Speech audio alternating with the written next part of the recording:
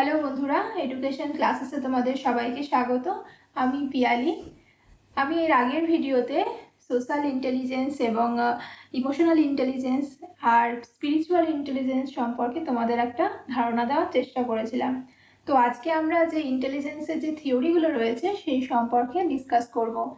আর এই যে টপিকটা, এটা তো ইউজিসি নেট এডুকেশনের সিলেবাসে রয়েছেই, তার সাথে সাথে এটা কিন্তু ওয়েস্ট বেঙ্গল টেট এবং সেন্ট্রাল টেটের জন্য একটা গুরুত্বপূর্ণ টপিক। কারণ এই থিওরিসগুলো, ইন্টেলিজেন্সের যে থিওরিসগুলো রয়েছে সেগুলো কিন্তু এখান থেকে কিন্তু অনেক কোশ্চেন আসে। তাই তোমরা আমার ভিডিওটা শেষ পর্যন্ত দেখো, তাহলে তোমাদের এই টপিকটা ক্লিয়ার হয়ে যাবে। আর তার আগে বলে নিই, আমার চ্যানেলটা তোমরা সাবস্ক্রাইব করো আর পাশে থাকা বেল আইকনটি ক্লিক করতে ভুলো না, তাহলে আমার চ্যানেলের সমস্ত ভিডিওর আপডেট পেতে থাকবে। তাহলে চলো বন্ধুরা, আজকে ক্লাস শুরু করছি। তাহলে আজকে আমাদের টপিক হলো থিওরিস অফ ইন্টেলিজেন্স। ইন্টেলিজেন্সের যা যা থিওরি রয়েছে সেগুলো সম্পর্কে তোমাদের সাথে আজকে ডিসকাস করব। ফার্স্টেই বলবো ওয়ান ফ্যাক্টর থিওরি। আমি এই থিওরিগুলোর বাংলা নামগুলো বলে দিচ্ছি, যাতে ওয়েস্ট বেঙ্গল প্রাইমারি টেট বা এসএসসি টেটের জন্য কিন্তু এই বাংলা নামগুলো তোমাদের জানতেই হবে, তাই এর সাথে বলে দিচ্ছি। এই ওয়ান ফ্যাক্টর থিওরিকে বলছে বুদ্ধির একক উপাদান তত্ত্ব। অর্থাৎ এখানে বুদ্ধি বা ইন্টেলিজেন্সকে একটাই উপাদান হিসেবে ধরা হয়। অর্থাৎ ইন্টেলিজেন্সকে জেনারেল সেন্স বা কমন সেন্স হিসেবে ধরা হয়। এবং এই যে থিওরি, সেটা দিয়েছিলেন অ্যালফ্রেড বিনে।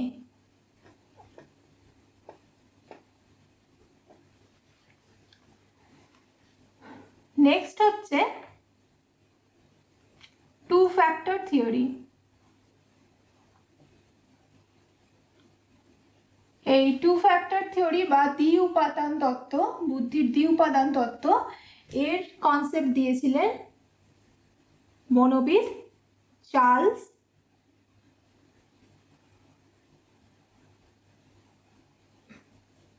স্পিয়ারম্যান।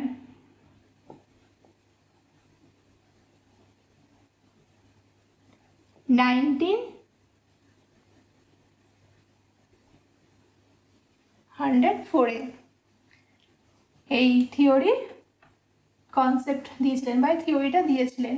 এবং এখানে যে স্পিয়ারম্যান বুদ্ধির দুটো উপাদানের কথা বলেছিলেন, টু ফ্যাক্টরের কথা বলেছিলেন। সেটা কি? একটা হচ্ছে জি ফ্যাক্টর,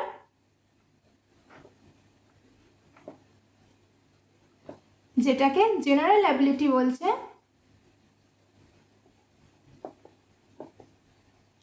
এবং এটা সবার ক্ষেত্রেই থাকে, তাই এটা universal.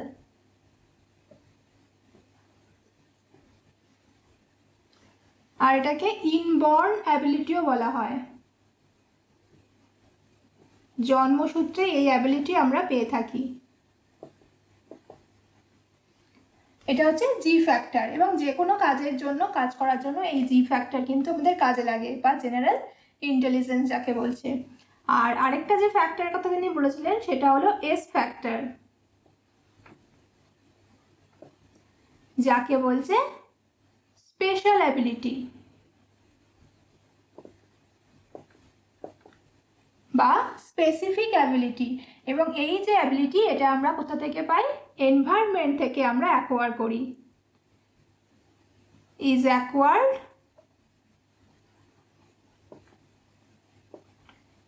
From environment.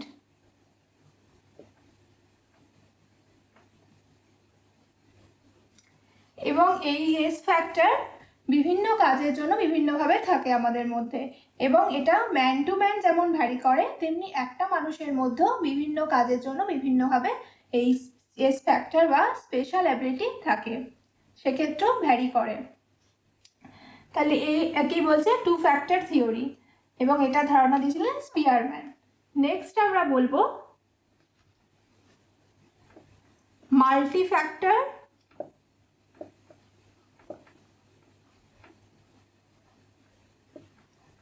Theory of intelligence. এবং এই মাল্টি ফ্যাক্টর থিওরির কনসেপ্ট কে দিয়েছিলেন? থার্স্টোন।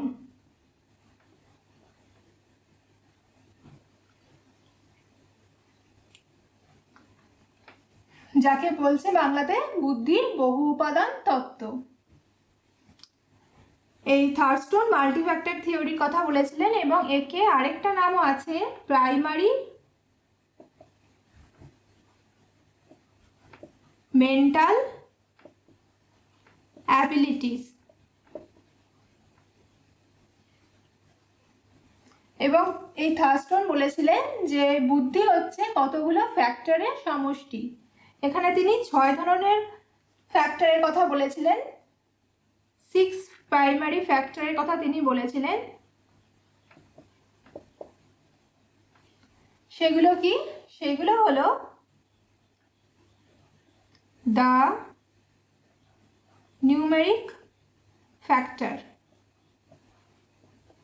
এবং এইটা যে এই অ্যাবিলিটির জন্য আমরা কি করতে পারি, যে কোনো ক্যালকুলেশন আমরা র্যাপিডলি করতে পারি। যাদের মধ্যে নিউমেরিক ফ্যাক্টর থাকে তাদের মধ্যে তারা কি করতে পারে, যে কোনো ক্যালকুলেশন র্যাপিডলি তারা সলভ করতে পারে এবং খুব অ্যাকুরেটলি এই কাজটা করতে পারে তারা। এবং এটাকে আমরা শর্টে লিখতে পারি এন। নেক্সট হচ্ছে দ্য ভার্বাল ফ্যাক্টর। ভার্বাল কম্প্রিহেনশনের জন্য আমাদের এই ফ্যাক্টর কাজে লাগে, একে ভি বলছে। তারপর হচ্ছে দ্য স্পেস ফ্যাক্টর।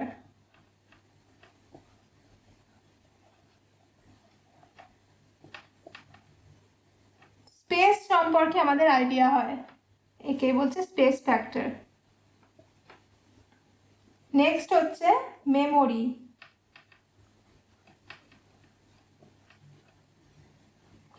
এই মেমোরি ফ্যাক্টরের জন্য আমরা কি করতে পারি, যে কোনো বিষয়ে আমরা মেমোরাইজ করতে পারি, কত তাড়াতাড়ি মেমোরাইজ করতে পারি এবং সেই সেম সিচুয়েশনে আমরা কিভাবে কোনো বিষয়কে মনে করতে পারি তাকেই বলছে মেমোরি ফ্যাক্টর,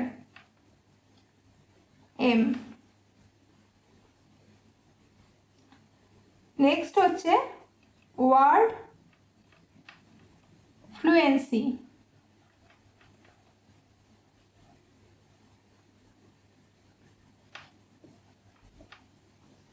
ওয়ার্ড ফ্লুয়েন্সি মানে কি, আমরা আমাদের যে ওয়ার্ড সেটা আমরা কত ভালোভাবে ফ্লুয়েন্টলি ইউজ করতে পারছি তাকে বলছে, তার ভোকাবুলারির কথা এখানে বলা হচ্ছে ওয়ার্ড ফ্লুয়েন্সি।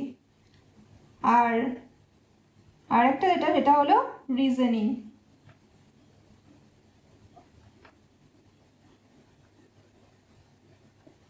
Reasoning ability.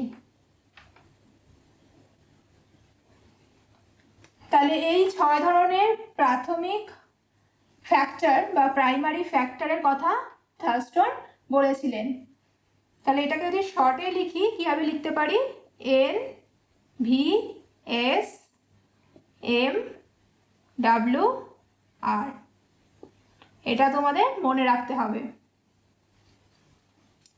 এই শর্ট ফর্মটা মনে রাখলেই তোমরা বুঝতে পারবে যে কোনটা কি ফ্যাক্টরের কথা তোমাদের মনে পড়ে যাবে। তাহলে এই হলো থার্স্টনের মাল্টিফ্যাক্টর থিওরি। নেক্সট আমরা গিলফোর্ডসের মডেল অফ স্ট্রাকচার অফ ইন্টেলেক্টের কথা বলবো। এবং এই যে থিওরি গিলফোর্ড দিয়েছিলেন এটাকে 3 ডাইমেনশন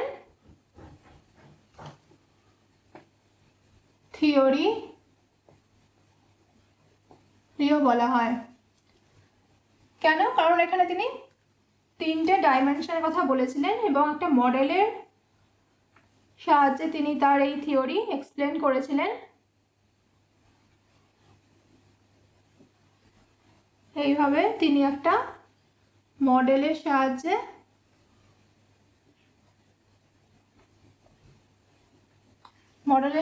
তিনি তার ইন্টেলিজেন্স থিওরি এক্সপ্লেন করেছিলেন। According to Guilford theory, any intellectual task can be classified in 3 aspects: content, operation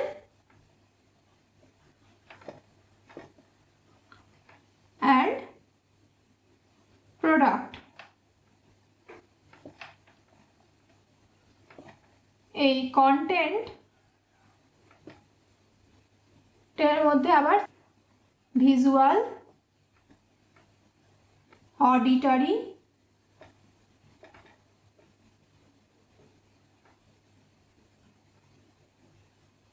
symbolic, semantic and behavioral।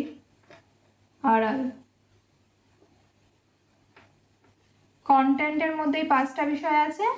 আর অপারেশনের মধ্যে রয়েছে cognition, memory retention, memory recording, divergent production, convergent production and evaluation.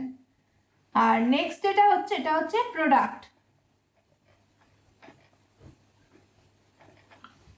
এই যে কন্টেন্টগুলো আছে visual, auditory, symbolic, semantic, behavioural, এই যে content, সেই কন্টেন্টের যে ইন্টেলেকচুয়াল টাস্কগুলো রয়েছে সেই টাস্কগুলোর জন্য কোন কোন অপারেশন অর্থাৎ কোন কোন মেন্টাল প্রসেস বা মেন্টাল অপারেশন ইনভলভ হচ্ছে সেইগুলোকে বলছে অপারেশন। আর এই যে অপারেশন থ্রুতে কি প্রোডাক্ট আসছে বা কি আউটকাম কি এর, সেটাকে এইভাবে প্রোডাক্ট হিসেবে ক্লাসিফাই করেছে। এবং সেখানে কি কি আসছে, units, classes, relation, systems, transformation and implication. তাহলে এইভাবে গিলফোর্ড একটা স্ট্রাকচারের সাহায্যে তার যে থিওরি সেটা তিনি এক্সপ্লেন করেছিলেন। কন্টেন্ট সি, অপারেশন ও, আর প্রোডাক্টের পি, সিওপি বা পিওসি, এইভাবে তোমরা মনে রাখতে পারো। তাহলে এখানে 3টে বিষয় রয়েছে, content, operation and product.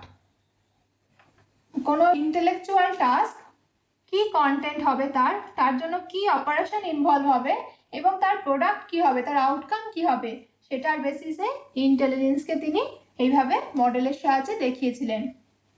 Next আমরা জানবো ভার্ননের যে থিওরি রয়েছে সেই সম্পর্কে। নেক্সট হচ্ছে হিয়ারকিয়াল থিওরি অফ ইন্টেলিজেন্স। এটির কনসেপ্ট যেটা সেটা দিয়েছিলেন ভার্নন।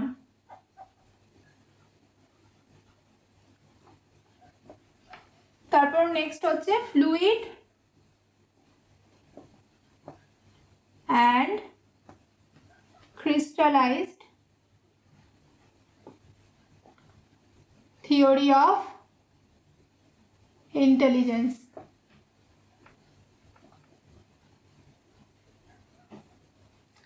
যাকে তরল এবং কেলাসিত বুদ্ধির তত্ত্ব বলছে। এবং এই বুদ্ধির তত্ত্বটি দিয়েছিলেন cattle.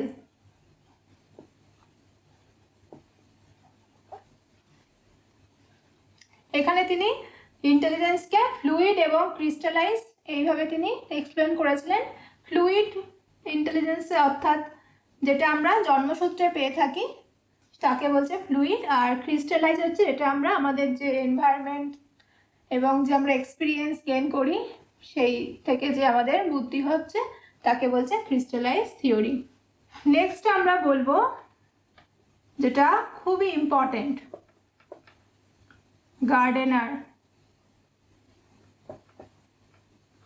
গার্ডেনার্স theory of multiple intelligence.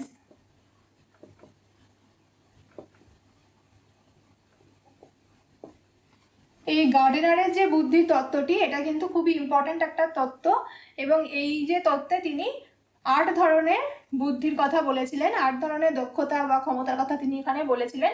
তাকেই বলছে মাল্টিপল ইন্টেলিজেন্স। এবং সেগুলো কি কি আমাদের জানতে হবে। প্রথমে হচ্ছে লিঙ্গুইস্টিক,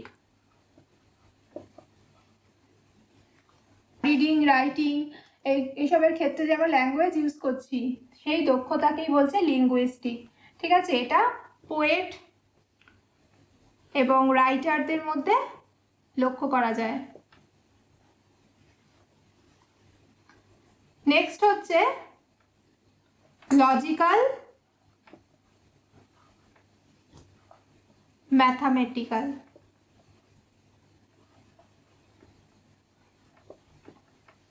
এই লজিক্যাল ম্যাথামেটিক্যাল বলতে বোঝাচ্ছে কি, যে সায়েন্টিফিক থিঙ্কিং করছি আমরা বা যে অ্যাবস্ট্রাক্ট থিঙ্কিং, সেই দক্ষতাকে বলা হচ্ছে এই লজিক্যাল ম্যাথামেটিক্যাল। এবং এই ধরনের দক্ষতা সায়েন্টিস্ট এবং নোবেল প্রাইজ উইনার তাদের মধ্যে লক্ষ্য করা যায়। এবং এই দক্ষতার জন্য ম্যাথামেটিক্যাল ওয়েতে এবং লজিক্যাল ওয়েতে যে কোনো প্রবলেম সলভ করতে পারে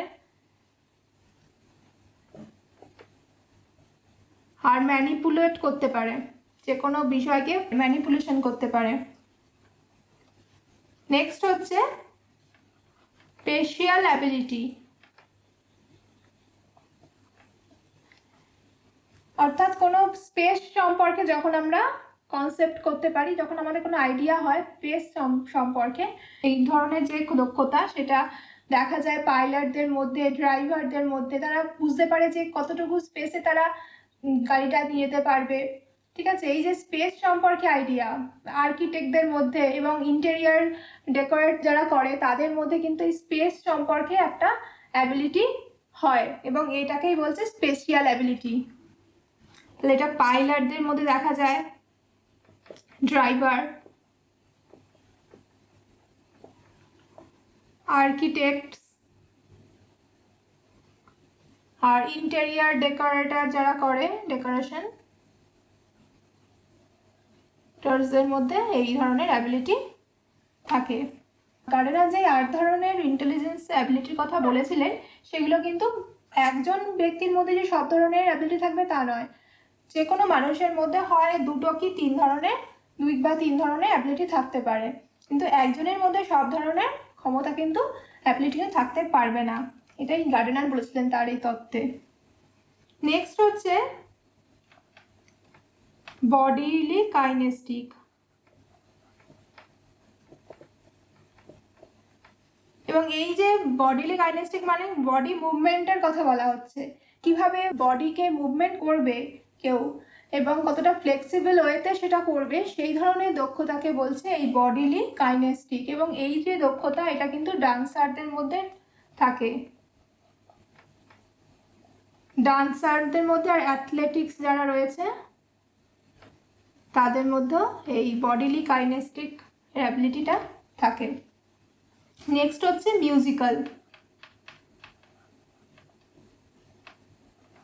এবং এই যে মিউজিক্যাল ইন্টেলিজেন্স, এটা কিন্তু সিঙ্গারদের মধ্যে লক্ষ্য করা যায়, এবং যারা মিউজিশিয়ানস তাদের মধ্যে এই ধরনের অ্যাবিলিটি থাকে। তারা যে কোনো রিদম, যে কোনো কিছু শব্দের মধ্যেই তারা একটা রিদম খুঁজে পায়, ঠিক আছে।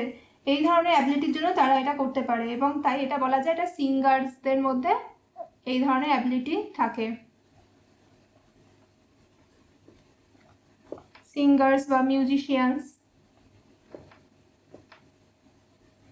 নেক্সট হচ্ছে ইন্টারপার্সোনাল অ্যাবিলিটি। ইন্টারপার্সোনাল মানে পার্সন টু পার্সন, অর্থাৎ কি বলতে চাইছে, ইন্টারপার্সোনাল মানে হচ্ছে যখন আমরা অন্যের যে ফিলিংস আছে, যে মোটিভস আছে, সেই সম্পর্কে যখন বুঝতে পারি তখন তাকে বলছে ইন্টারপার্সোনাল অ্যাবিলিটি। অর্থাৎ অন্যের মোটিভ এবং অন্যেরা কি চাইছে সেই সম্পর্কে যখন আমরা বুঝতে পারি তখন তাকে বলছে ইন্টারপার্সোনাল। এবং এটা, এই যে দক্ষতা, এটা কিন্তু পলিটিশিয়ানসদের মধ্যে লক্ষ্য করা যায়। পলিটিশিয়ানস, তারপর যারা কাউন্সিলর রয়েছে, তারা কিন্তু যে কোনো মানুষের মোটিভ কি, তারা কি চাইছে সেই বোঝার দক্ষতা তাদের মধ্যে থাকে, সেটাকেই বলছে ইন্টারপার্সোনাল অ্যাবিলিটি। এবং এই যে দক্ষতা, এটা না থাকলে কিন্তু পলিটিশিয়ানস বা কাউন্সিলর, মানে যারা সোশ্যাল ওয়ার্কার হয়, সেরকম কাজ কিন্তু তারা করতে পারবে না, তাই তাদের মধ্যে এই ধরনের অ্যাবিলিটি থাকে। নেক্সট হচ্ছে ইন্ট্রাপার্সোনাল।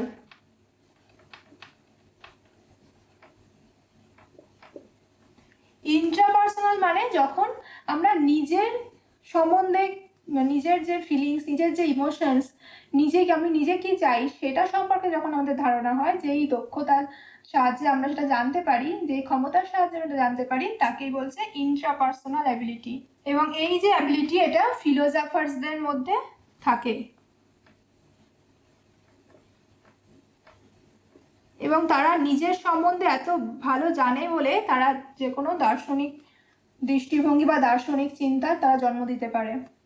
তাই ফিলোসফার্সদের মধ্যে ইন্ট্রাপার্সোনাল অ্যাবিলিটি থাকে। আর সবশেষে সেটা হচ্ছে ন্যাচারালিস্টিক,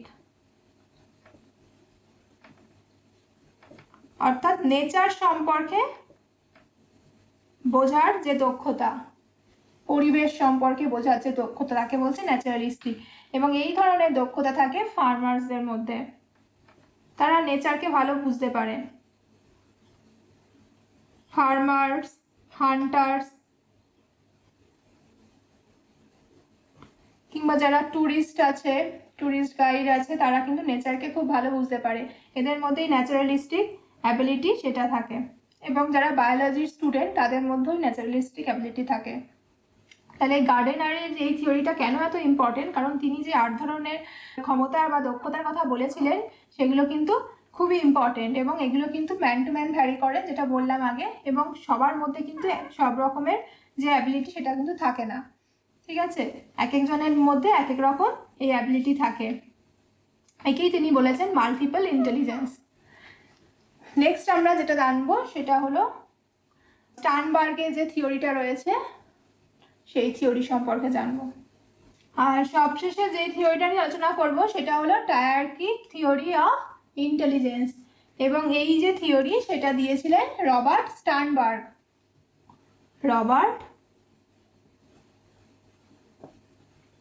স্টার্নবার্গ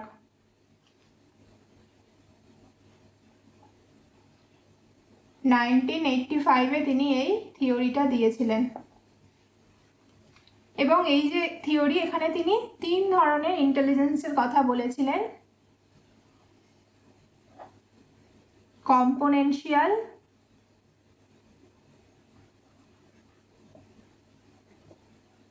ইন্টেলিজেন্স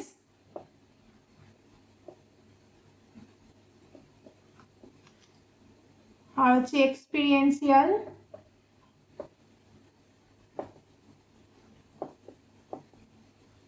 ইন্টেলিজেন্স।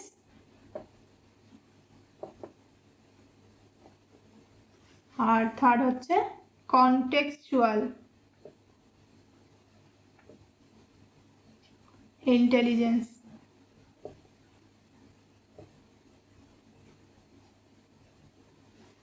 বোঝা গেল? 3 ধরনের এলিমেন্টস কথা তিনি বলেছিলেন তার থিওরিতে: কম্পোনেনশিয়াল ইন্টেলিজেন্স, এক্সপিরিয়েন্সিয়াল ইন্টেলিজেন্স আর কনটেক্সচুয়াল ইন্টেলিজেন্স। তাহলে এই যে কম্পোনেনশিয়াল ইন্টেলিজেন্স, এটার অর্থ হলো এটা হচ্ছে এক ধরনের দক্ষতা। এটা কি? অ্যাবিলিটি টু থিঙ্ক ক্রিটিক্যালি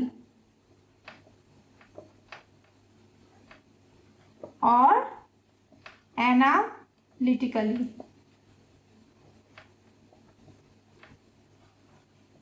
অর্থাৎ যখন আমরা ক্রিটিক্যালি বা অ্যানালিটিক্যালি কোনো কিছু চিন্তা ভাবনা করছি, সেই যে দক্ষতা তাকে বলছে কম্পোনেনশিয়াল ইন্টেলিজেন্স। আর নেক্সট হচ্ছে এক্সপিরিয়েন্সিয়াল ইন্টেলিজেন্স। এই এক্সপিরিয়েন্সিয়াল ইন্টেলিজেন্সের অর্থ হলো ক্রিয়েটিভ ইন্টেলিজেন্স।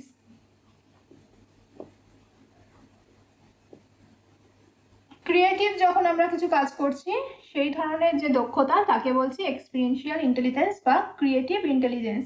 অর্থাৎ এখানে আমাদের যে ইনসাইট রয়েছে তার উপর এখানে এমফেসিস করা হয়। Emphasis, insight and formulate new ideas। এই যে এক্সপিরিয়েন্সিয়াল ইন্টেলিজেন্স, এর সাহায্যে আমরা কি করতে পারি? যে কোনো নিউ আইডিয়াসকে আমরা ফর্মুলেট করতে পারি, নিউ আইডিয়াস আমরা বার করতে পারি। তাকেই বলছে এই ক্রিয়েটিভ ইন্টেলিজেন্স। অর্থাৎ আমাদের যে ক্রিয়েটিভিটি রয়েছে সেটার আমরা এই ইন্টেলিজেন্সের সাহায্যে আমরা কি করতে পারি? সেটা প্রকাশ করতে পারি। আর যেটা লাস্টে আছে কনটেক্সচুয়াল ইন্টেলিজেন্স, এটা খুবই ইন্টারেস্টিং একটা কনসেপ্ট, এবং এর অর্থ হচ্ছে প্র্যাকটিক্যাল ইন্টেলিজেন্স। যেটা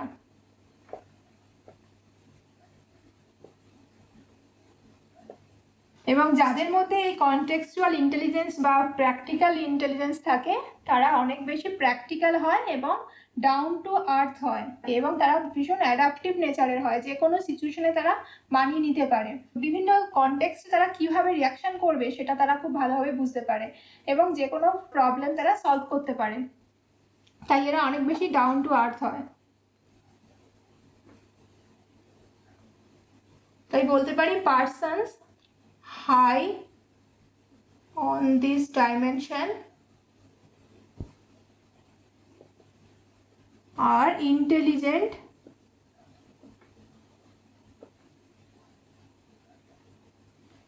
in practical adaptive sense। তাহলে এই যে তিনটে এলিমেন্টসের কথা তিনি এই রবার্ট স্টার্নবার্গ তার টায়ার্কিক থিওরি অফ ইন্টেলিজেন্সে বলেছিলেন। তাহলে আজকে আমরা যে থিওরিসগুলো আলোচনা করলাম আশা করি তোমরা বুঝতে পেরেছো। তাও যদি তোমাদের কোনো থিওরি সম্পর্কে কোনো রকম কোশ্চেন থাকে, কোনো ডাউটস থাকে, তোমরা আমাকে কমেন্ট করে জানাতে পারো। আর এই যে থিওরিগুলো রয়েছে আমি চেষ্টা করলাম ডিটেলস পড়ানোর, বাট তাও যদি তোমাদের মনে হয় যে কোনো একটা থিওরি সম্পর্কে তোমাদের কোনো রকম ডাউটস রয়েছে, আরও ডিটেলসে পড়াতে হবে, তোমরা আমাকে জানাতে পারো। আমি চেষ্টা করব সেই থিওরিটা নিয়ে একটা ক্লাস করাতে। তো আজকে এখানেই শেষ করছি বন্ধুরা। থ্যাংক ইউ বন্ধুরা, ভালো থেকো, সুস্থ থেকো।